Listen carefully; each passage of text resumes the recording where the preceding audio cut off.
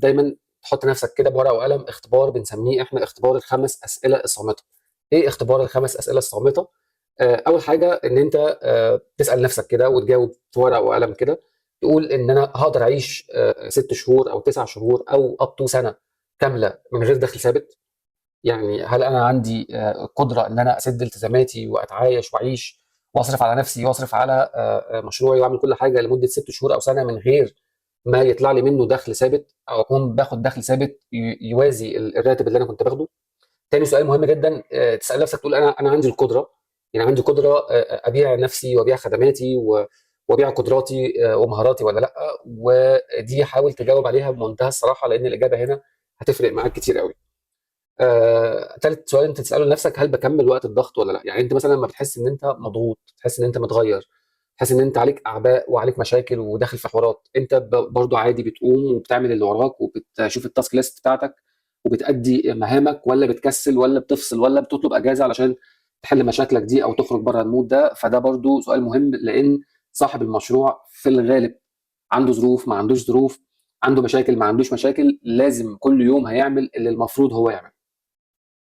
رابع سؤال تسأل نفسك، هل تتحمل ان انت تقول للناس انك فشلت، او تواجه نفسك وتواجه الناس كلها تقول انك فشلت؟